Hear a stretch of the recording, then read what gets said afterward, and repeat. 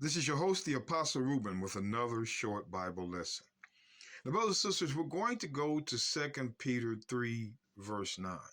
But before we do, let's start with 1 Peter 1 and 1, because this is who the letter was written to. Peter, an apostle of the Messiah Christ, to the strangers scattered throughout Pontus, Galatia, Cappadocia, Asia, and Bithynia, the elect according to the foreknowledge of God, the Father, through the sanctification of the Spirit, unto obedience and the sprinkling of the blood of the Messiah Christ, grace unto you and peace be multiplied. Now I want you to pay attention. To the strangers scattered throughout Pontus, Galatia, Cappadocia, Asia, and Bithynia, elect according to the foreknowledge of God. When you are the elect according to the foreknowledge, that's the Old Testament. The foreknowledge of God is the Old Testament. So who are the elect according to the Old Testament? Isaiah 45 verse 4. For Jacob my servant's sake and Israel mine elect. So Israel was God's elect and his only elect. So when we go back to 1 Peter 1 verse 1, Peter, an apostle of the Messiah Christ, to the strangers scattered throughout Pontus, Galatia, Cappadocia, Asia, and Bithynia, the elect, these strangers are the elect according to the foreknowledge of God. But why does Peter call them strangers? Because they were scattered in all nations. See, Israel being scattered in all nations made them strangers. That's why it says in Acts 2. Acts 2. Pay attention, brothers and sisters, because these Christians aren't going to explain anything. Watch this. Acts 2 and 5.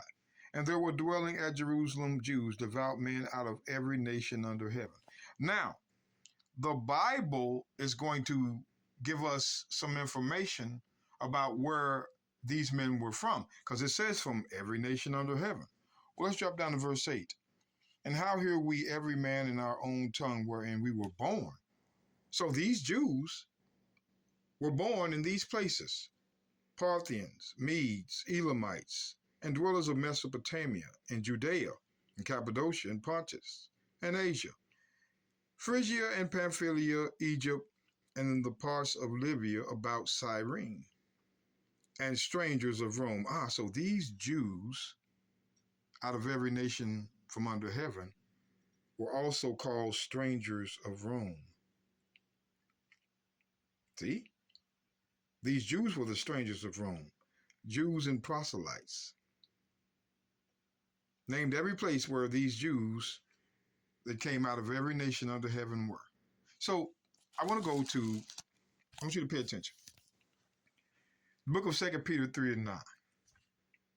The Lord is not slack concerning his promise, as some men count slackness, but long-suffering to usward. Wait a minute. Look at all these. Pay attention now. I want you to see this. I want you to see what these Christians do. I'm going to read this again.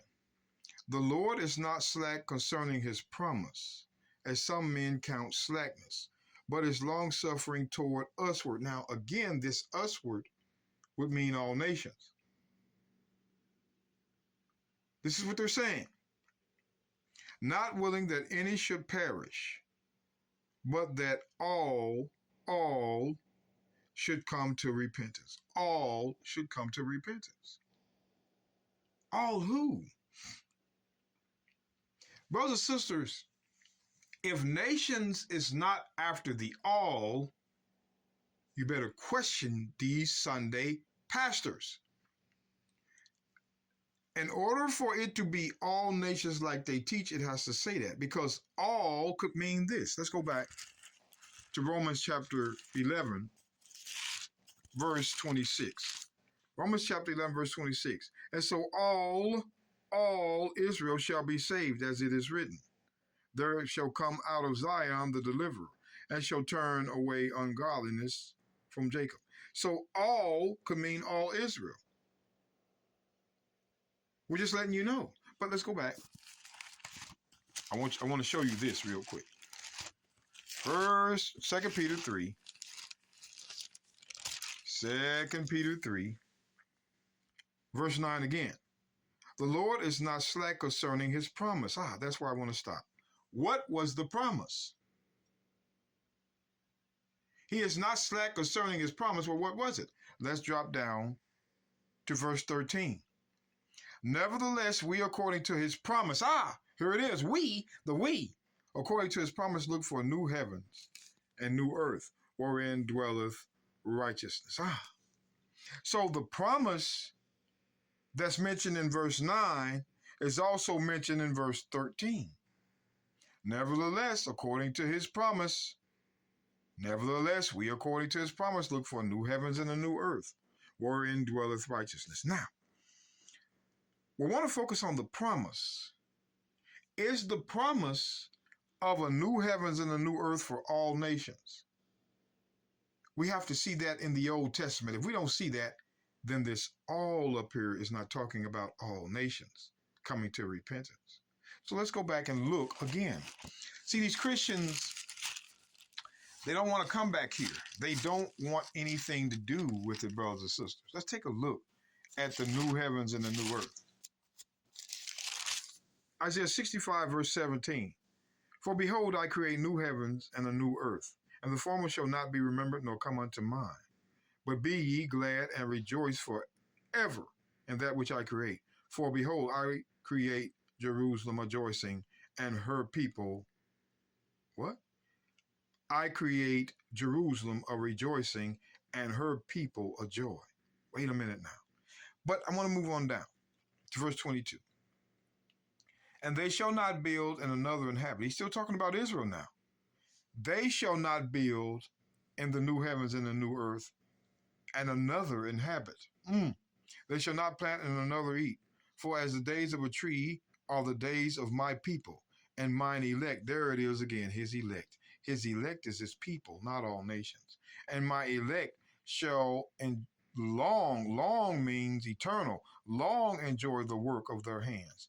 This is who's going to be in the new heavens and the new earth. His people, his elect. It does not say all nations are going to be promised the new heavens and the new earth. It doesn't say it. It would have said it. We're looking at it here. So again, Isaiah sees it again. Pay attention. Isaiah 66, verse 21.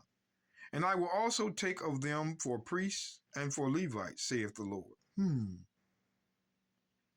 As for who? Now, I got 10 minutes. But who he's going to take for Levites and priests?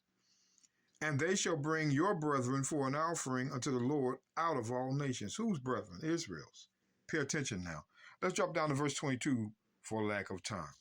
For as the new heavens and the new earth, which I will make, shall remain before me, saith the Lord, so shall your seed and your name remain. Come on now. Whose seed and whose name is going to remain to be in the new heavens and the new earth? Israel's. Here's two verses that talk about the new heavens and the new earth. And the only ones that God is promising these new heavens and new earth to is Israel. You're reading it. All nations are not going to be there. You're reading about the new heavens and the new earth. Isaiah saw it. So let's go to Jeremiah. Jeremiah. I want you to pay attention. Jeremiah chapter 32, verse 39.